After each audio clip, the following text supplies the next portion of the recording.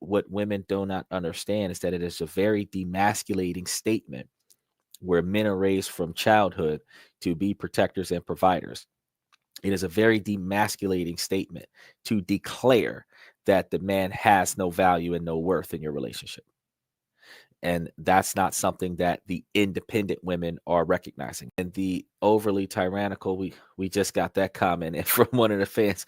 The overly tyrannical behavior that we experience definitely puts men off.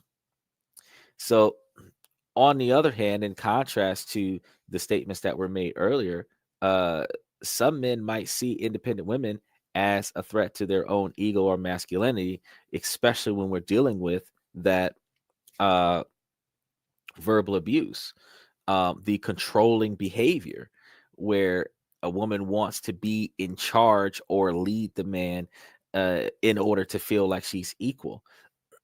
A woman is capable of putting her opinions on the table, and a uh, cohesive situation where both parties are working together for a common goal. A democracy can occur. But the fact is that in order for a man to take a step forward, if he has to be snatched by the neck by his woman first, that's not going to work.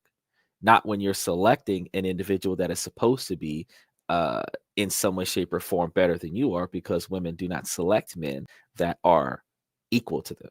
Women do not select men that are less successful than she is.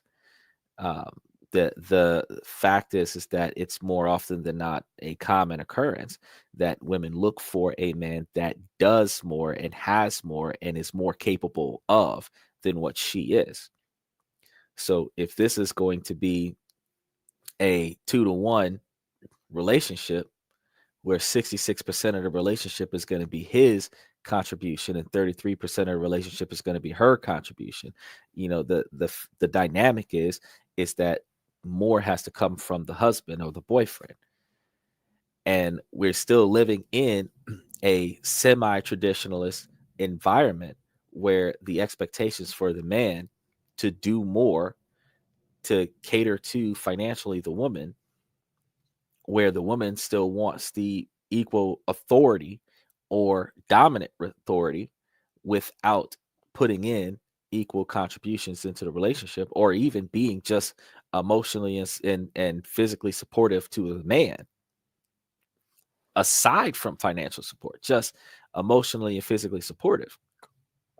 We're looking at the dynamic is just so off-putting. So they might there's going to be some belief that the men might feel like they need to prove themselves to their partners to show them who's in charge, but that's not true.